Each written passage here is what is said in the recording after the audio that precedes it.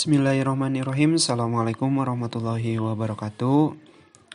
Izin memperkenalkan, kami dari kelompok 13 Manajemen Akuntansi akan menjelaskan sedikitnya materi tentang manajemen biaya lingkungan yang disusun oleh Anjas Jumarande, Neng Mega, dan Azmi Ridwan Sam, saya sendiri. Manajemen biaya lingkungan adalah biaya yang dikeluarkan perusahaan berhubungan dengan kerusakan lingkungan yang ditimbulkan oleh perusahaan atau proyek yang dilakukan dan perlindungan yang ditimbulkan. Bagi banyak organisasi, pengelolaan biaya lingkungan menjadi prioritas utama dan minat yang intens. Alasannya ada dua. Yang pertama, di banyak negara, peraturan lingkungan telah meningkatkan secara signifikan. Bahkan diperkirakan akan semakin ketat lagi, karena lingkungan menjadi sumber utama dalam melakukan jalanan perusahaan. Yang kedua, keberhasilan penyelesaian masalah-masalah lingkungan menjadi isu yang semakin kompetitif. Untuk memahami dua alasan utama tersebut, kita perlu memahami konsep yang disebut koefisiensi. Nah, dari latar belakang permasalahan ini, ada persoalan lingkungan saat ini menjadi hal yang menarik seiring dengan adanya perkembangan teknologi dan ekonomi global.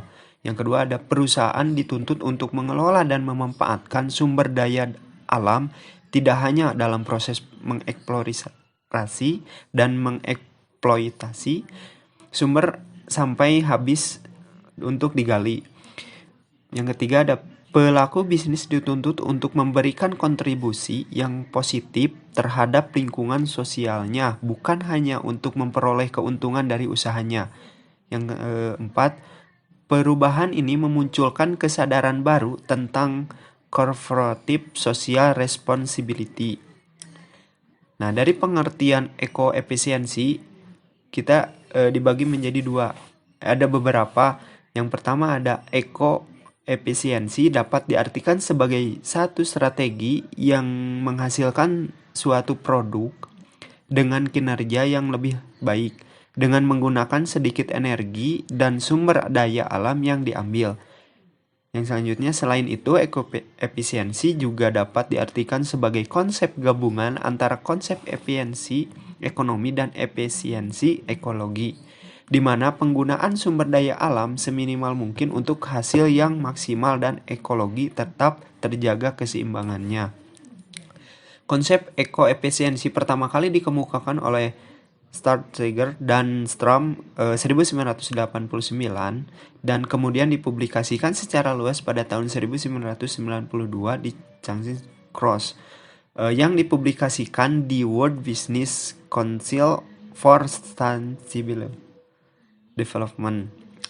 Nah, dalam bisnis ekoefisiensi sangat erat kaitannya dengan strategi perusahaan dalam mendapatkan keuntungan yang lebih besar dengan cara mengoptimalkan produknya sehingga nilai NPO non-product output dapat ditekan lebih kecil, sekecil mungkin dengan harapan mendapatkan keuntungan yang lebih tinggi. Oke, sekian dari penjelasan saya dan akan dilanjut ke teman saya. Mangga. Saya ucapkan terima kasih kepada moderator yang telah memberi kesempatan kepada saya untuk memaparkan beberapa materi.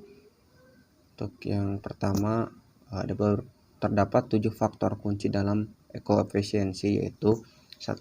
Mengurangi jumlah penggunaan bahan, 2. Mengurangi jumlah penggunaan energi, 3. Mengurangi pencemaran, 4. Memperbesar daur ulang bahan, 5. Memaksimalkan penggunaan SDA yang dapat diperbarui, 6. Memperpanjang umur pakai produk, 7. Meningkatkan intensitas pelayanan. Untuk selanjutnya, ekoefisiensi pada intinya mempertahankan bahwa organisasi dapat memproduksi barang dan jasa yang lebih bermanfaat sambil secara simultan mengurangi dampak lingkungan yang negatif, konsumsi sumber daya, dan biaya. Konsep ini mengandung paling tidak 3 pesan penting. 1. Perbaikan kinerja ekologi dan ekonomi sudah seharusnya saling melengkapi. Yang selanjutnya, perbaikan kinerja lingkungan seharusnya tidak lagi dipandang hanya sebagai amal dan dharma, melainkan sebagai kebersaingan. Selanjutnya, koefisiensi adalah suatu pelengkap dan mendukung pengembangan yang berkesinambungan. Ekoefisiensi mengimplementasikan bahwa peningkatan efisiensi berasal dari perbaikan kinerja lingkungan. Ada beberapa penyebab dan intensif untuk peningkatan ekoefisiensi, antara lain: 1. Permintaan pelanggan akan produk yang lebih bersih. 2. Pegawai yang lebih baik dan produktivitas yang lebih besar.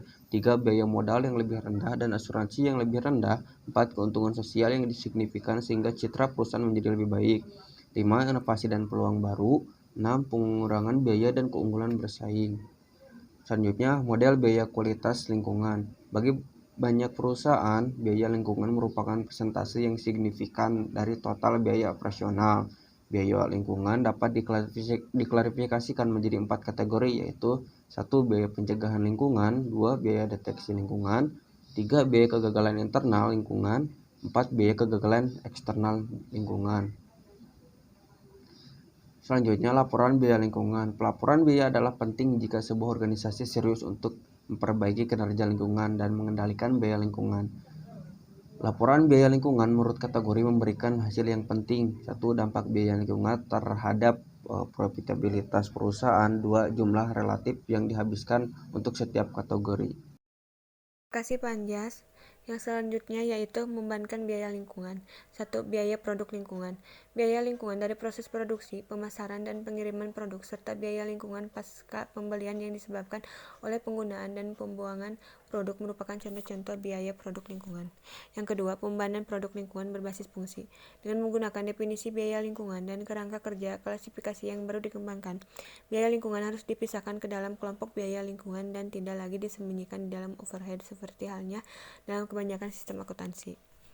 Next. Yang ketiga, pembebanan biaya lingkungan berbasis aktivitas. Munculnya penghitungan biaya berbasis aktivitas, yaitu ikut memfasilitasi penghitungan biaya lingkungan untuk perusahaan yang menghasilkan beragam produk. Pendekatan berbasis aktivitas lebih tepat. Penelusuran biaya lingkungan ke produk-produk yang menyebabkan biaya-biaya tersebut merupakan syarat utama dari sistem akuntansi lingkungan yang baik. Penilaian siklus hidup. Penilaian biaya siklus hidup merupakan bagian mendasar dari penilaian siklus hidup. Pembebanan produk adalah praktik mendesain, mengolah, dan mendaur ulang produk untuk meminimalkan dampak buruknya terhadap lingkungan. Penilaian siklus hidup adalah sarana untuk meningkatkan pembenahan produk.